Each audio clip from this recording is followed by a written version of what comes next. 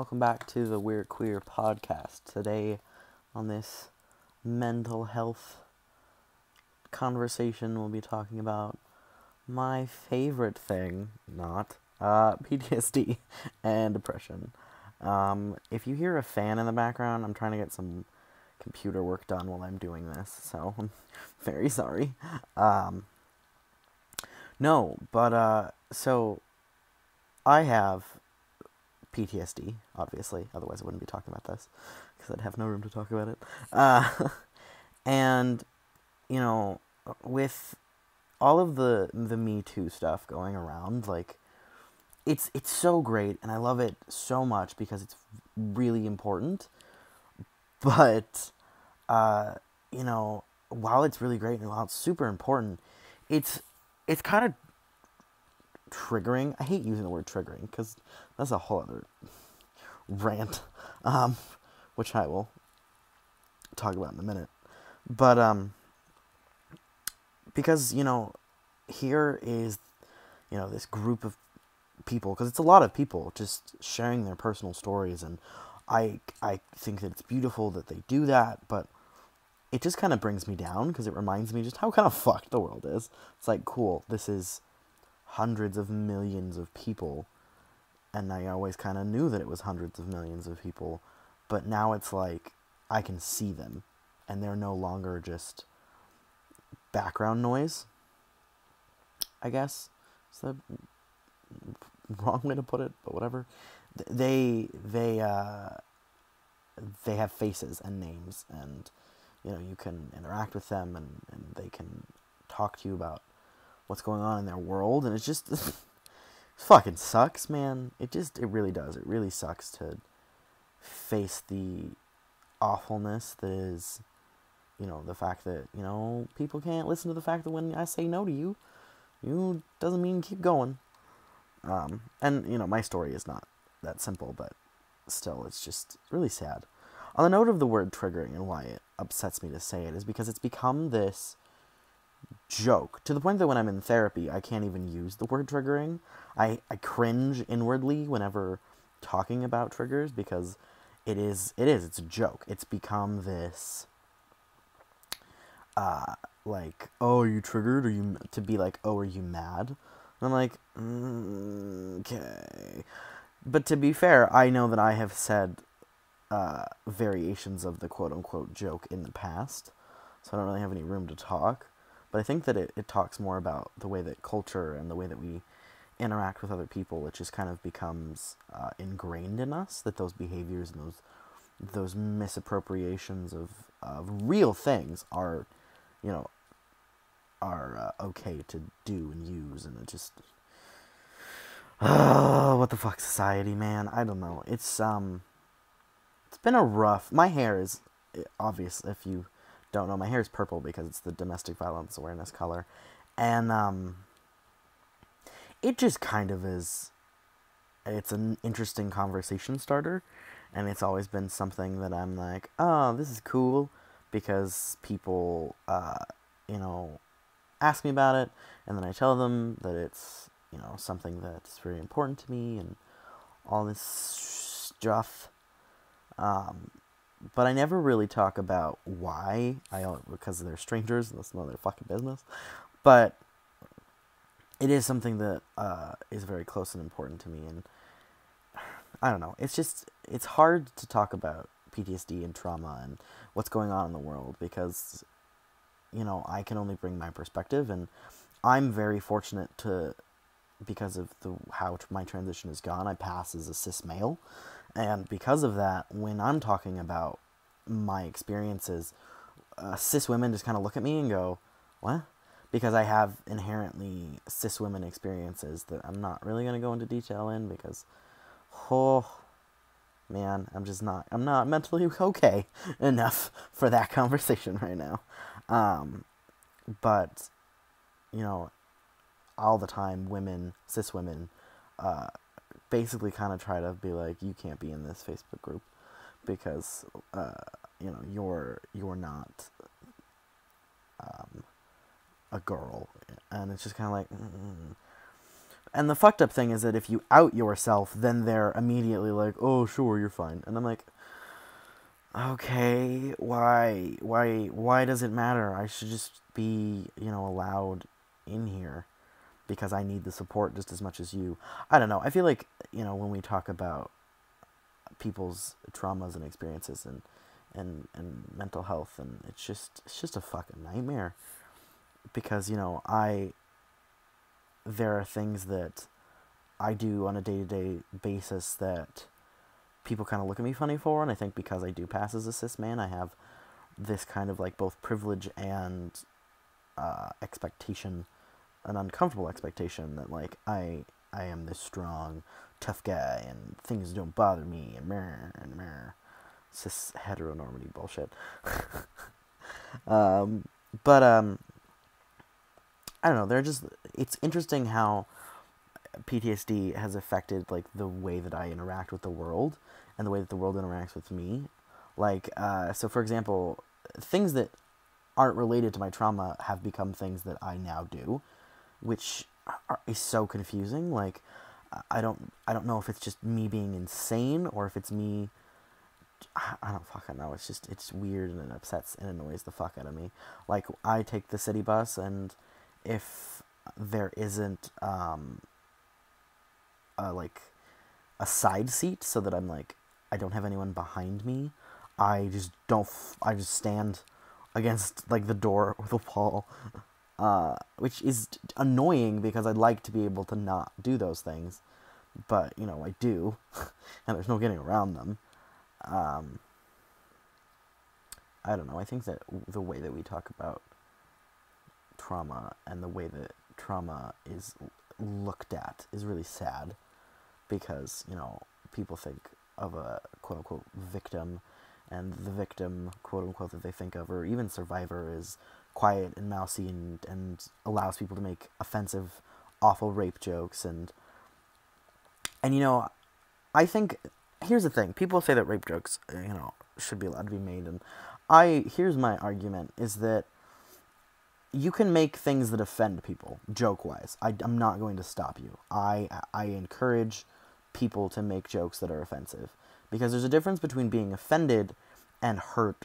Like, if the joke hurts someone, then I say you need to not make that joke because it's not funny. Because rape jokes, that's the thing, they're not offensive, they're hurtful. They can re-traumatize the person listening to it, and they can, cause flashbacks, and it can be really awful experience. Whereas, like, other jokes that are offensive, they're not so much. They aren't as bothersome to that individual. They're just offensive. Like, so for example, fucking Christians who get mad at, like, jokes about them, I'm like, okay, that's great. Why are you so pissed off and offended? Just, it's a joke. But if it's something that's like, you're talking about a trauma, and you're talking about, it's like you don't make jokes about, people coming home from Afghanistan and watching their friend be brutally killed in front of them, because it's not funny. That's fucked up. So why is it any different for rape survivors to be like, you can't make that joke? I mean, because it's awful. Like, for example, like, don't get me wrong, I make rape jokes sometimes, but when I make them with people who I know I'm not going to trigger, and I make them as a coping skill, really.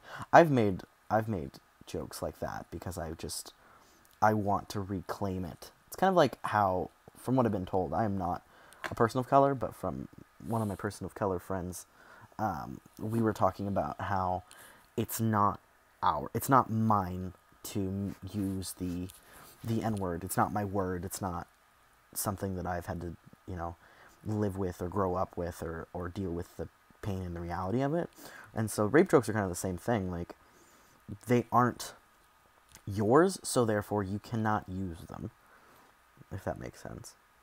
I don't know. PTSD and assault and everything that's going on is just, it's an interesting world that we live in right now, and it's hard to move around in it. And I don't know. I'm also on the note of something that of why I'm talking about PTSD and trauma and the Me Too movement is because fucking Brock Turner, rapist Brock Turner, I'm gonna say that because he is. He's a convicted, awful human being. He fucking is trying to overturn his court case, saying that like it was unfair and what he did was not okay.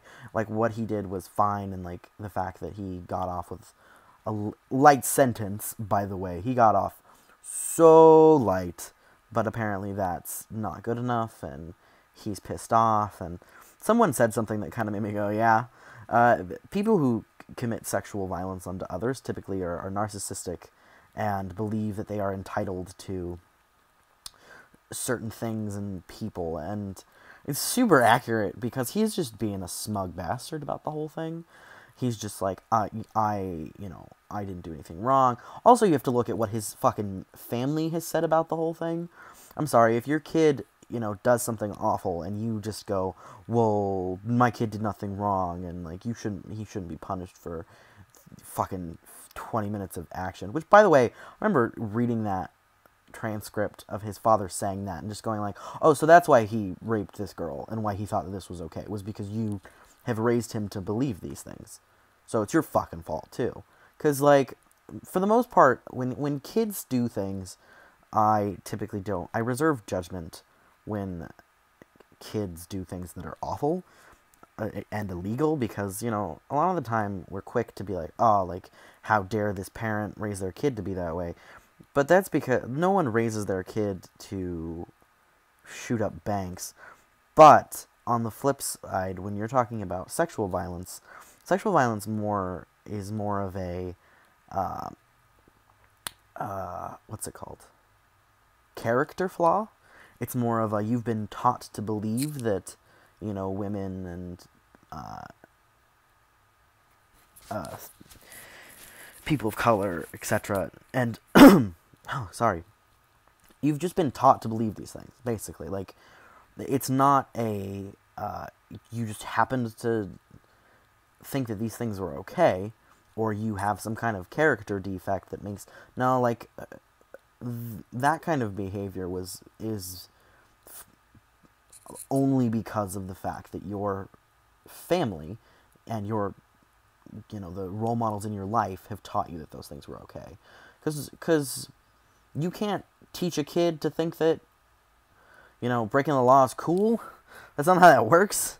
I mean, I guess you could, but, like, for the most part, it's not the parents ever when, like, I mean, you can't raise a serial killer. That's not how that fucking works. But you can raise a sexual predator because of the way that you, allow certain behaviors to go unchecked, and you allow kids to think that certain behaviors are okay. And one of those things is, letting them think that, unconscious people are, capable of giving consent, or unconscious people are totally fair game. Like, I'm sorry, maybe it's just because this is how I would raise my children. If a kid, was coming of age and we were having the conversation of, like, what's okay and what's not okay, no means no, and the absence of a no is not a yes. And if someone is fucking asleep, they can't say, yeah, I totally want you to do these things. This is totally fine. I don't know. I'm biased. I'm very biased in that. And it's just enraging to me that these things occur. And what's been going on the past several months is just rage-inducing, because it reminds me that this is just reality. Like, it's easy for survivors to be like, oh, well, I'm all alone. And what this has done has both been like, you're not alone, and wow, you're really not alone. Because the number of people, because there's millions of people that have joined this conversation, and the number of them is just, it's so sad to me, and it's so upsetting. People that I look up to in a professional sense, and people that I care about profusely, just because of what they've done in my life and what they mean to me, they've shared stories of it, and it just breaks my fucking heart. I don't know. Just, to me, it is something that needs to be talked about, and it's not. It just is awful. but yeah, no, PTSD is complex, and I don't know, it's weird because I have a service dog for PTSD because my mental health is through the shitter, and um, because people are evil, and you know, whenever I've ever taken her in public, and I'm like, this is why, because like the two questions you can ask of someone who has a service dog is that a service dog and what's the service the dog provides, and whenever I'm like it's for PTSD, people get annoyed, like they give me a one up. It was more so when I did not pass as a cis man, but something that they would just be like, well, what do you have PTSD? Which one I'd never answer because you don't have the legal right to know the answer to that question. But they would just be so upset that was why you had PTSD, because like for some fucking reason the only people who they think have like quote unquote actual PTSD and actual quote unquote trauma are people who've been to a war zone, which is stupid and inaccurate. So I don't know, and that is something that I've just been like, why? Like, what possesses you to think that? I don't know. It's ridiculous, and people are fucking weird. Just, if you see somebody and they tell you this is the thing, please don't be a dick about it. Just, I don't know. I think that the hardest conversations to have, though, are the ones where, you know, you're like, hey, this is a thing, and people don't really know what to do about it, so they just start pitying you, or they start treating you poorly. I remember telling my parents about it, the reason I had PTSD, and my mother, who I do not get along with, and we do not see eye to eye on a lot of things, but she just started treating me, like, with this pity, and, like, not really disgust, but just, like, annoyance.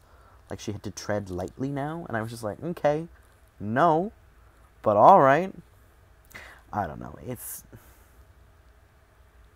I have a lot of thoughts, and they're not super collected, because it's a very emotionally charged conversation to have, but I will leave you with this. If you know somebody who is, you know, also a survivor of some kind of sexual violence, right now is a really good time to just talk to them. Not even, you know, be like, I'm here for you and I care about you. Just be like, hey, what are you doing? Do you want to just, like, sit and talk and come out with us, or, like, you want to watch a movie? Just spend time with them, because right now they're probably having a really rough time, and going about in the world is probably really difficult for them. I know for me right now it's ridiculous. Like, just getting out of bed is tough, and, you know, but for me, all of my PTSD, the reason I have it is all in this time period, so I'm already not doing alright. I don't know, just, and also something that I'd like to leave you on is believe people. Like, even if you are like, nah, I know that person, they would never do that.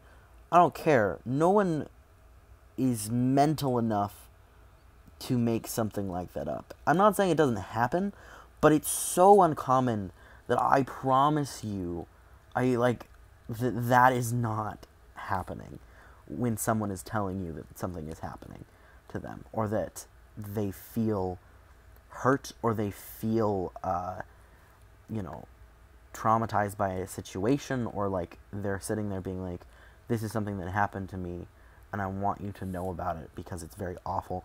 Don't go, oh, that didn't happen, or I know that person, they would never do that, because that, you've just guaranteed that person is never going to tell you how they feel about anything ever again.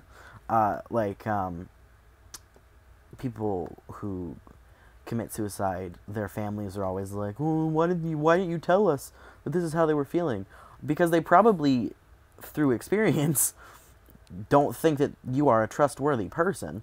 And, you know, I have people in my life that ask me the same things all the time. Well, why don't you ever tell us how you feel? Well, because I can't trust you. Like, honestly, if that's the thing, is that people are like, well, why didn't they tell anyone? Why didn't they? Because there was no one in their life that they felt that they could trust. Or, you know, if we're really going to get into this. Like, sometimes it's not that even they didn't feel like they could trust you. It's that the world has proven that you can't tell anyone without being scrutinized, without being told that you're a liar, because like look at the, now I'm going on a tangent, I don't care, I got time, because look at the people in the news right now who are coming forward with their stories. They're being picked apart and scrutinized. Or just watch a Law and Order episode, like, honestly, and look at the way those people are torn apart. And I mean that, like, torn the fuck apart on the stand. It's dehumanizing, it's awful, and to have already been, like, dehumanized, and then to have to go to your loved ones and dehumanize yourself again, and on top of that, tell them